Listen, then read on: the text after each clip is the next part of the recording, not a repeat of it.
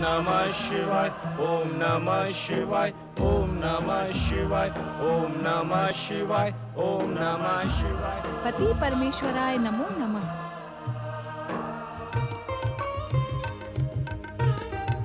आज आप मुझे इस प्रकार एकटक क्यों देख रहे हैं स्वामी?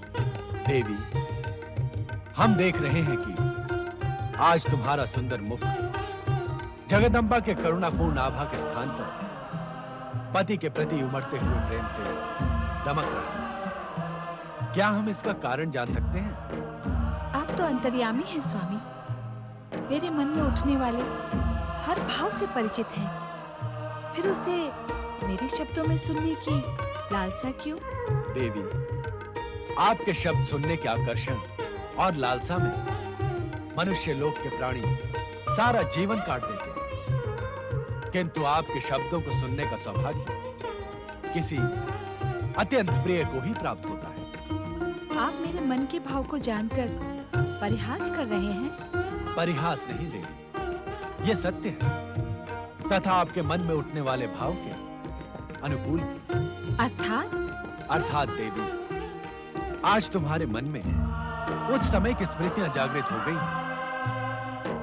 जो विवाह के पश्चात हमने एकांत में रहकर एक साथ व्यतीत किया। सच तो यह है देवी कि उन सुंदर स्मृतियों का स्मरण कर हम भी कभी-कभी अपने ध्यान से विचलित हो जाते हैं।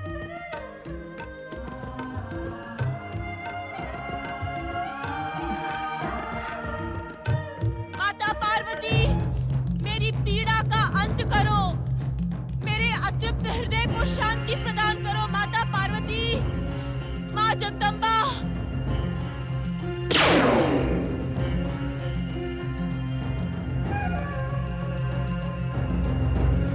ओम ऐं ह्रीं क्लीं शक्ति माताय नमः।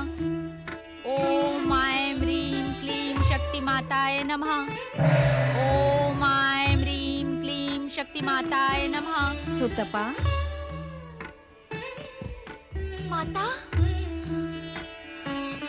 माता, माता, इस दीनहीन दुखी सुतपा के आह्वान पर आप आ गई माता। आप वास्तव में करुणा की मूर्ति है माता। कहो सुतपा, इस प्रकार आकुल व्याकुल होकर मुझे क्यों पुकार रही थी?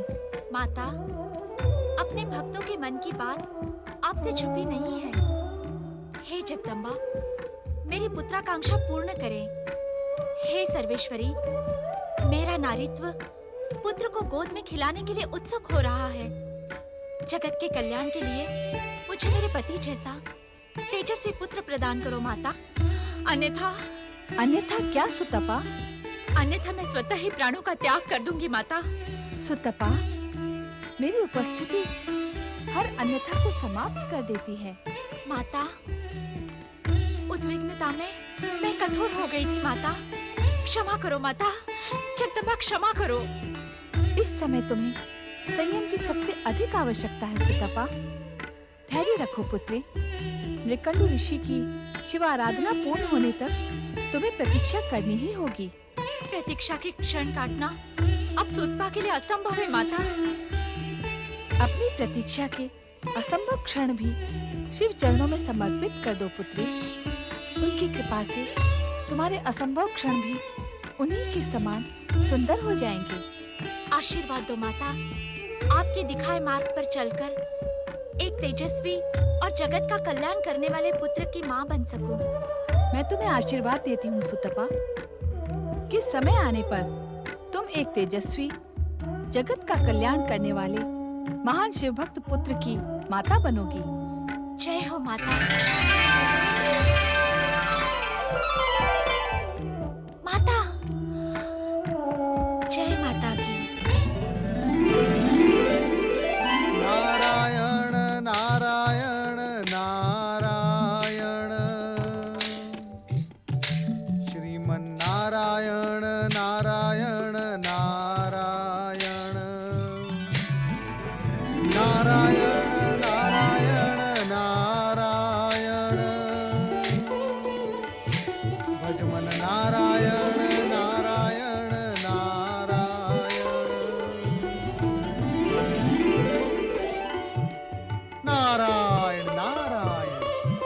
पार्वती। माता पार्वती आज नितांत एकाकी गगन विहार कर रही हैं।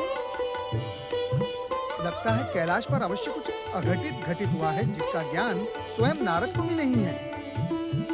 नारायण नारायण। माता, जब सौभाग्य से मैंने आपके ज्योति पुंज की झलक पा ही ली है, तो कृपा कर मुझे अपने दर्शन का भी पुण्य प्रदान करें। प्रणाम माता। सदा जगत कल्याण में सफल रहो नारद। माता, यदि आप अन्यथा ना ले तो एक प्रश्न पूछूं? नहीं नारद, कैलाश पर कुछ भी अघटित घटित नहीं हुआ है। ना ही मेरी पति परमेश्वर से अनबन हुई है और ना ही कुछ और। किंतु क्या तुम कैलाश पर किसी अघटित के घटने की योजना बना रहे हो? नहीं माता नहीं, मैं तो मात्र आपको एकाकी गगन विहार करते देखकर भ्रमित हो गया था, परंतु मेरा भ्रम निराधार था। अब आप एक और कृपा कर दें। कहो नारद।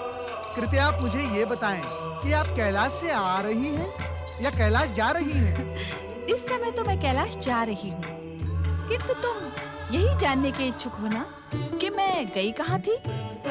हाँ माता।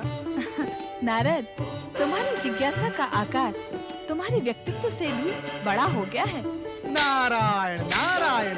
माता, मैं तो इसे और भी बढ़ाने का इच्छुक हूँ। अच्छा, क्यों?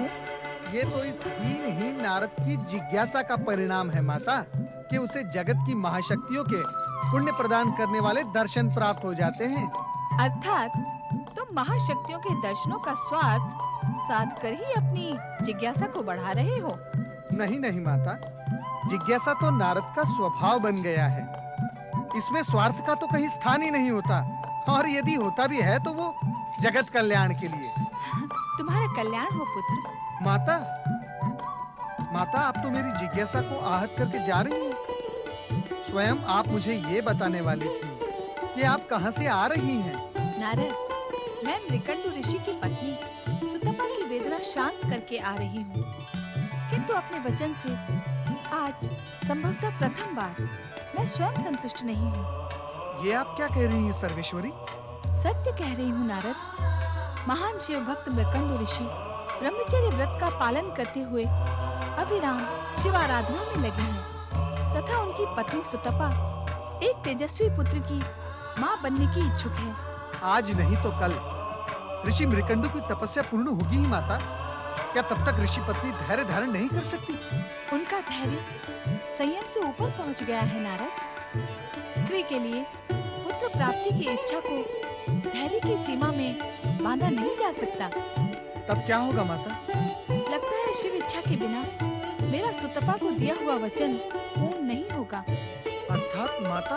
अर्थात जब तक भोलेनाथ स्वयं मृकंडु ऋषि को प्रेरित नहीं करेंगे, तब तक मेरा वचन पूर्ण नहीं होगा नारद। माता, भगवान भोलेनाथ तो सर्वज्ञ हैं, अंतर्यामी हैं। वे अवश्य ही हमारा ये वार्तालाप सुन रहे होंगे। शिव जी की कृपा से ऐसा ही हो नारद।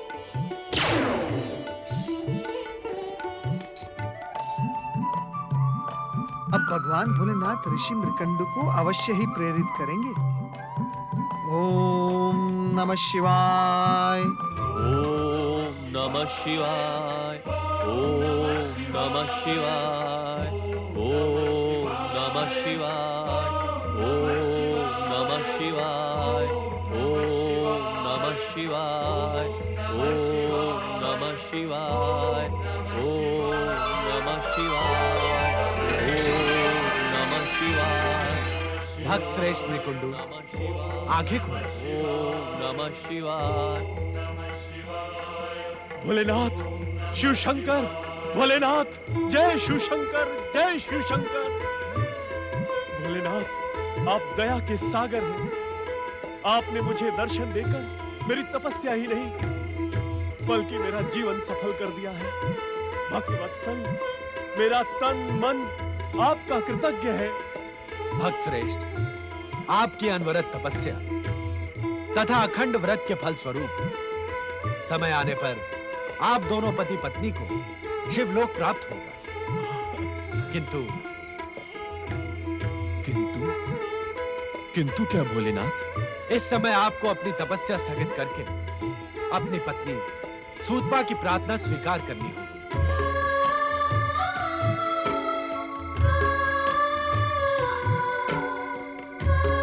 सर्वेश्वर, आप जानते हैं गृहस्थ आश्रम में मेरी कोई रुचि नहीं है और वैसे भी इस समय में तपस्या के साथ साथ ब्रह्मचर्य व्रत के संकल्प की डोर से बंधा हूं। भक्त मृकुंडु, ऐसा लगता है कि आप भक्ति की डोर से अधिक हठ योग की डोर से बंधे हैं। भोलेनाथ, ये आप क्या कह रहे हैं? हम सत्य कह रहे हैं भक्त मृकुंडु। हठ योग का स्वभाव ऐसा ही होता है। वो अपने निश्चय पूर्ति के मार्ग पर किसी भी प्रकार की चिंता नहीं करता, किंतु हठ योग आप जैसे ऋषि मुनियों पर नहीं, नन्हे नन्हे बालकों पर अच्छा लगता है। शिव शंकर, तो क्या आप मुझे ब्रह्मचर्य व्रत का संकल्प तोड़ देने का परामर्श दे रहे हैं? मृकुंडु, एक तपस्वी का कर्तव्य होता है प्राणी मात्र को प्रसन्न रखना, जगत का कल्याण करना। किंतु आपका तप आपकी पत्नी के दुखों का कारण बन गया। शिव सृष्टि में ऐसे तप का कोई मूल्य नहीं। प्रभु, मैं आपकी बातें भली भांति समझ नहीं पा रहा हूं। मृकुंडु, यदि तुम गृहस्थ आश्रम में रुचि नहीं रखते तथा निष्ठा से ब्रह्मचर्य व्रत का पालन करने के इच्छुक थे, तो तुम्हें सूतपा के विवाह प्रस्ताव को अस्वीकार कर देना था, भले ही कितनी विवशता हो। प्रभु, यदि अब तुम ब्रह्मचर्य व्रत की आड़ लेकर पतिव्रत धर्म के कर्तव्य से बचने के इच्छुक हो, तो ये तुम्हारा देवी सूतपा के प्रति अन्याय है और हमारी दृष्टि में एक पति प्रयाण नारी के प्रति अपराध, जो आपके सौभाग्य को शीघ्र ही दुर्भाग्य में परिवर्तित कर देगा। नहीं नहीं भोलेनाथ, तो अपने कर्तव्य का पालन करके देवी सूतपा की आकांक्षा पूर्ण करें, आपका कल्याण हो। प्रभु, प्रभु,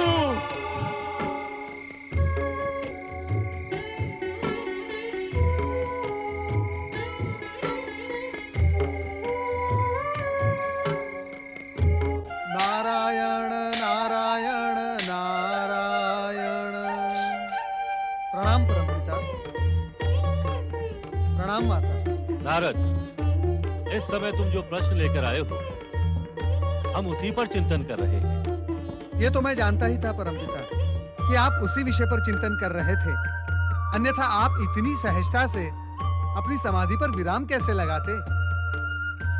परमपिता, क्या माता पार्वती का वचन पूर्ण हो गया?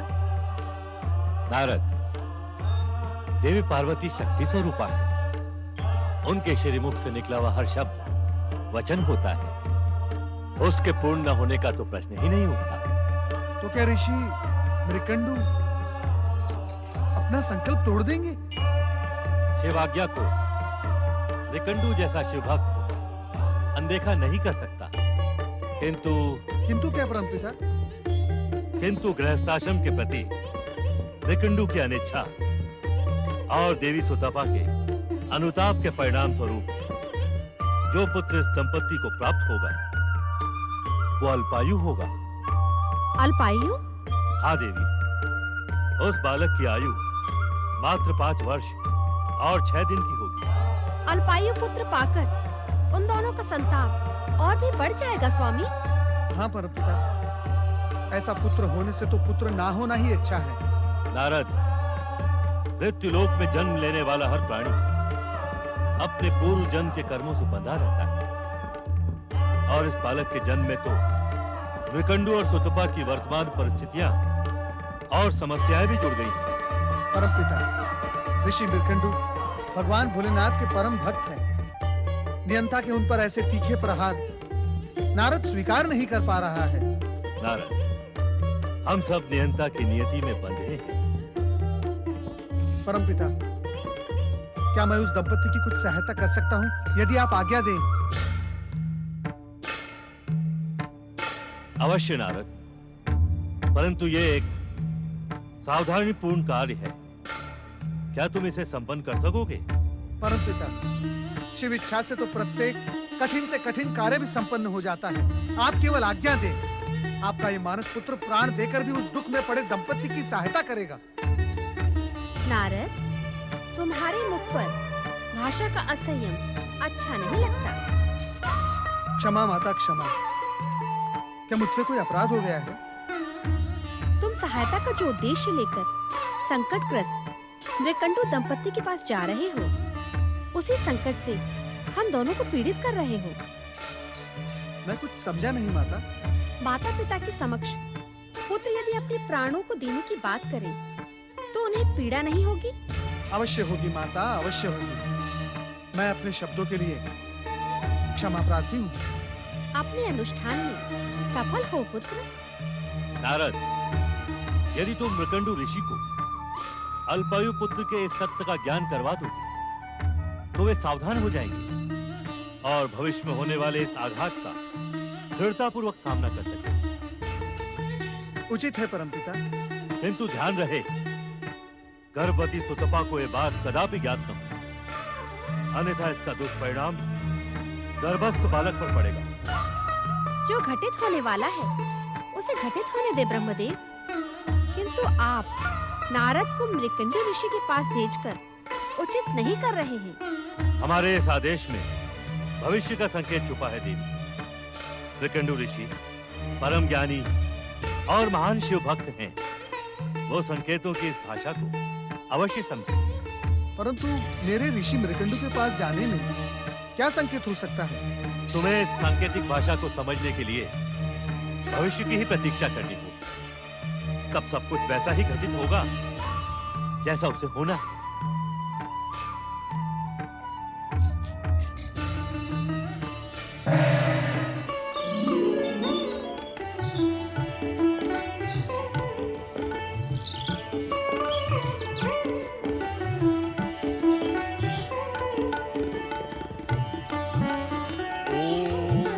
शिवाय, ओम नमः शिवाय, ओम नमः शिवाय, ओम नमः शिवाय, ओम नमः शिवाय, ओम नारायण नारायण। देवर्षि नारद, आप यहाँ हमारे आश्रम में, हमारा जीवन धन्य हो गया। परम शिव भक्त ऋषि मृकंडू, आपकी तपस्या से, अखंड तपस्या से प्रसन्न होकर जगत की महाशक्तियां भगवान भोलेनाथ और माता पार्वती की अत्यंत कृपा आपके इस आश्रम पर छाई हुई है। मैं तो उनका अनुचर मात्र हूं। उन महाशक्तियों का अनुचर होना भी सौभाग्य की बात है देवर्षि नारद। वैसे आपकी उपस्थिति तो सदैव कल्याण और प्रसन्नता का संकेत मानी जाती है। ऋषिवर, जीवन में प्रत्येक क्षण सदैव एक सा नहीं होता। प्रसन्नता से दैदीप्य रहने वाले आपके श्रीमुख पर छाई गंभीरता आज कुछ अन्य संकेत कर रही है देवर्षि नारद। हाँ ऋषिवर, मैं इस समय आपको परमपिता ब्रह्मा जी का अत्यंत महत्वपूर्ण संदेश सुनाने के लिए यहाँ उपस्थित हुआ हूँ। परमपिता ब्रह्मा जी का महत्वपूर्ण संदेश मेरे जैसे तुच्छ प्राणी के लिए? अहो भाग्य, आप हमारे आश्रम में पधार कर इसे पवित्र करें, आतिथ्य ग्रहण करें और हमारे सौभाग्य में श्री वृद्धि करें। नहीं ऋषिवर, परमपिता ब्रह्मा जी की ये आज्ञा है कि इस संदेश की बात देवी सुतपा को ज्ञात न हो। ऐसा कौन सा संदेश है परमपिता का जिसे पति सुन सकता है किंतु पत्नी नहीं? ऋषिवर, मैं जो संदेश आपको सुनाने जा रहा हूं उसे आपको अपने हृदय पर पत्थर रखकर सुनना होगा। देवर्षि। ऋषिवर, आप तो ज्ञान के सागर हैं और ये आप भली भांति समझते हैं कि इस मृत्यु लोक में समय के काल चक्र के साथ साथ जीवन और मृत्यु एक निश्चित क्रम है, अटल सत्य है। क्या यही संदेश दिया है ब्रह्मदेव ने? ऋषिवर, कृपया आप अधीर न हो। परमपिता ब्रह्मा जी का संदेश सुनने के पश्चात आपको सर्वाधिक धैर्य की आवश्यकता पड़ेगी। देवर्षि, आप निसंकोच होकर कहें। ऋषिवर, इस मृत्युलोक के जीवन में सर्वाधिक जटिल गृहस्थाश्रम को माना गया है, क्योंकि इसी में प्राणी नित्य नई समस्याओं में, परीक्षाओं में उलझता जाता है। देवर्षि, आप भूमिका न बनाए, ब्रह्मदेव का संदेश स्पष्ट कहें। स्पष्ट इतना कठोर है ऋषिवर कि उसे कह पाने के लिए स्वयं मैं शब्द नहीं जुटा पा रहा हूँ। कठोर से कठोर संदेश सुनने के लिए मैं प्रस्तुत हूँ। कहे देवर्षि, आपको मेरी सौगंध है। ऋषिवर, देवी सुतपा के गर्भ से जन्म लेने वाला बालक मात्र 5 वर्ष और 6 दिन की अल्पायु लेकर ही जन्म लेगा।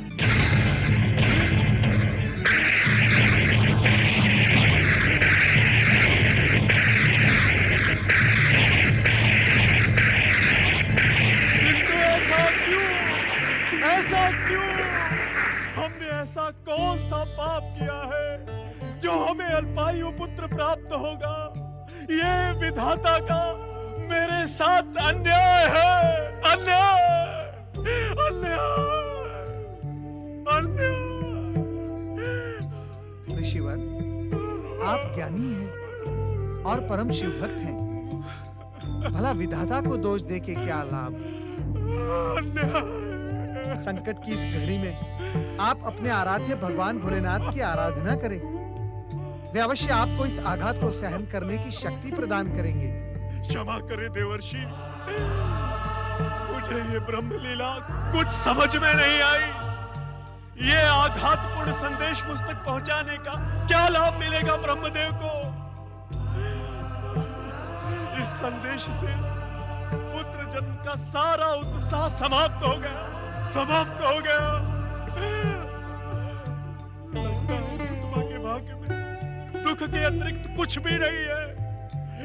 वो इस वज्रघात को कैसे सह पाएगी? कैसे सह पाएगी? ऋषिवर, इस बात का स्मरण रहे कि इस संदेश का ज्ञान देवी सुतपा को किसी भी मूल्य पर नहीं होना चाहिए, अन्यथा गर्भस्थ शिशु पर विपरीत प्रभाव पड़ सकता है। आपने मेरे पहले प्रश्न का उत्तर नहीं दिया। ऐसा आघातपूर्ण संदेश देने के पीछे ब्रह्मदेव का क्या उद्देश्य है? ऋषिवर, आप स्वयं कहा करते हैं कि प्रश्न के मध्य ही उत्तर छिपा रहता है। परमपिता ब्रह्मा जी के संदेश में छिपा गूढ़तम संकेत संभवतः आपको अपने प्रश्न में मिल जाए। आपका कल्याण हो।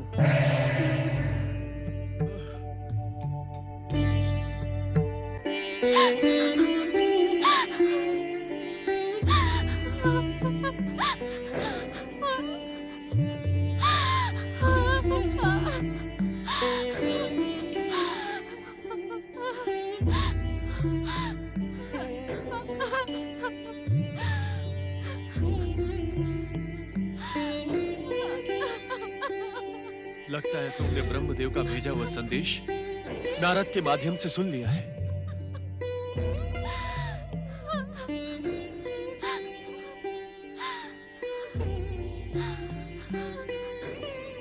नहीं सुमुखी, नहीं। ये समय रोकर व्यर्थ व्यतीत करने का नहीं है, अपितु रो नहीं तो और क्या करूं स्वामी? संभवतः विधाता मेरे भाग्य में हंसना लिखना ही भूल गया। माता पार्वती की पूजा से मुझे पुत्र प्राप्ति का आशीर्वाद मिला। आपने भी लंबे समय तक शिव आराधना कर उन्हें प्रसन्न किया। क्या प्रसन्नता का परिणाम ये अल्पायु पुत्र है? क्या पूजा, प्रार्थना, आराधना एवं तपस्या का यही प्रतिफल मिलता है? उत्तर दे स्वामी। ये प्रश्न आपसे आपकी पत्नी सुतपा नहीं, अपितु जन्म लेने वाले बालक की मां पूछ रही है। उत्तर दे स्वामी। यदि अब भी आपने उत्तर नहीं दिया, तो भविष्य में कोई मां, कोई पिता पुत्र प्राप्ति के लिए प्रार्थना नहीं करेगा। अपितु विधाता के इस घोर अन्याय पर उंगली उठाकर प्रश्न पूछेगा, नियंता पर आरोप लगाएगा। सुतपा, नियंता के नियमों से हम सब बंधे हैं। किंतु प्रश्न उठाने से अथवा नियंता पर आरोप लगाकर दुर्भाग्य के सिवा हमें कुछ नहीं मिलेगा।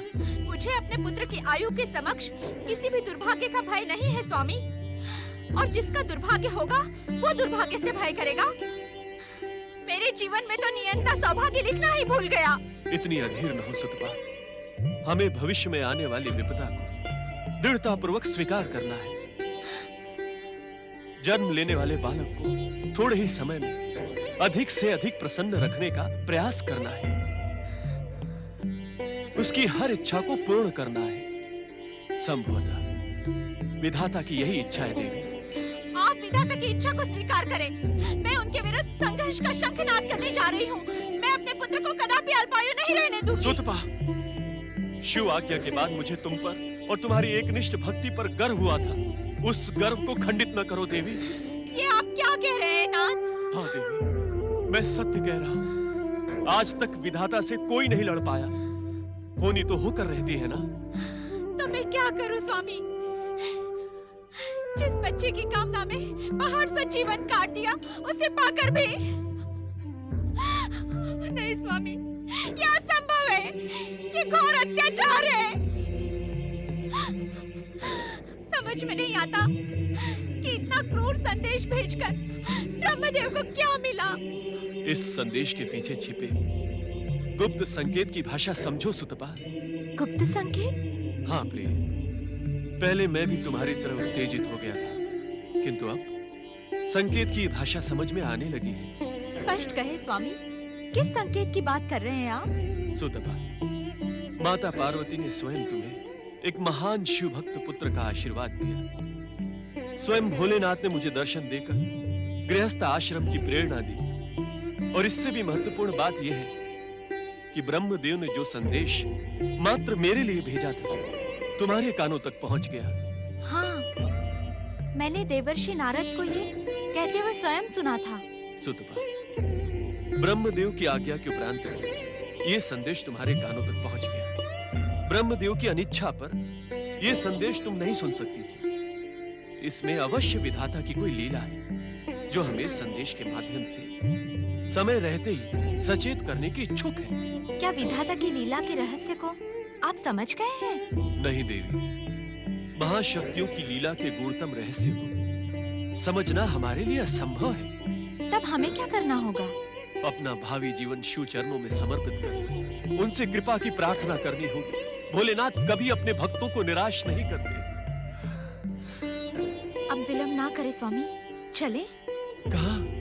हमें समय व्यर्थ ना गवाकर इसी क्षण से शिव आराधना प्रारंभ करनी होगी।